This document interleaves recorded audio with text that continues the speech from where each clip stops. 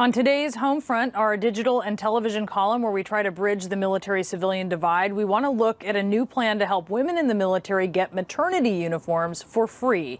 It is coined Rent the Camo, and it's included in the National Defense Authorization Act, the NDAA, which the House recently passed. I'm joined by two lawmakers who introduced this bipartisan bill, Democratic Congresswoman Deb Halland of New Mexico and Republican Congressman Michael Waltz of Florida. They are both on the Armed Services Committee.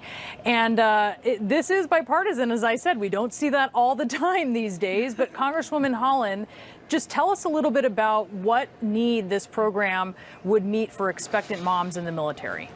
Absolutely.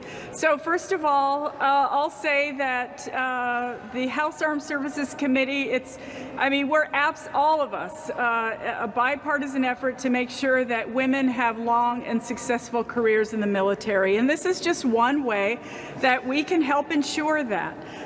Rent the Camo it's based off of a familiar organization, Rent the Runway, that helps military women to not have to have the expense of all kinds of uniforms to help them through all the terms of their pregnancy. And we just felt that that was a good way for us to help them have those long and successful careers. And, Congressman Waltz, I think part of this is that this sends a real message, as you heard the Congresswoman say there, to women, because you have a situation where you, in the military, and you know this, you're a decorated Green Beret, when you have women getting to the age where they're having kids, there's a huge amount of attrition in the armed services that many experts will argue is to the detriment of the armed services. How does this go to that? Well, Bree, the number one duty of Congress, in our view, is to take care of our military. That's men and women.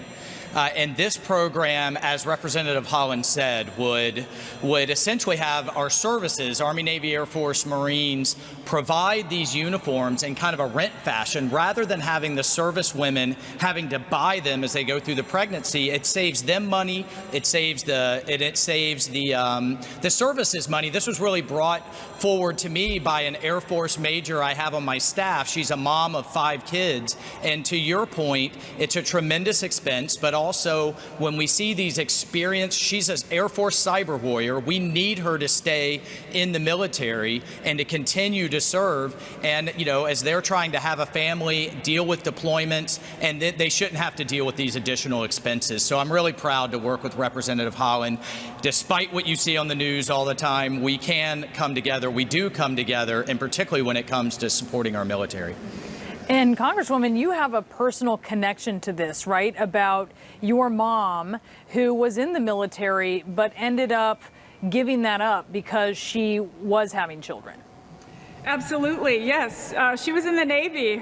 My dad was in the Marines. She was in the Navy. They met on Treasure Island in San Francisco, got married, and when she got pregnant, she was forced out of the Navy. That was back in the 50s. We've come a long way, and now let's go one more step to make sure that we can support women in the military. I had folks coming to me talking about, women pilots who can fly until they're 28 weeks pregnant, having to cut their flight suits to add fabric to accommodate their pregnancies. We shouldn't be doing that. We absolutely have an obligation to support our military, to make sure they have everything they need to be successful, because their first duty is to protect our country. Yeah, sends a very, very strong message. I wonder, Congressman, tell us how this has been received. I imagine pretty well. Well, I can certainly tell you that the Air Force major on my staff is very happy about it. She is on forums with other female service members where they were kind of bartering and trading these things, these uniforms. Importantly, they also had certain chemicals in there that may not be healthy for the fetus that will be removed from this program, and she's telling me the response has been overwhelming. And again, this is a retention issue. We need to keep these women that the country has invested so much into their training, whether they're pilots or cyber warriors or others. Heck, we just had the first woman graduate Green Beret training, our first female Green Beret. We need to keep them in the service all the way through so that they can have families and become senior leaders. It shouldn't be an either or, and I think this is an important step in that process. I want to thank you both for coming on, Congresswoman Deb Halland and Congressman Michael Waltz.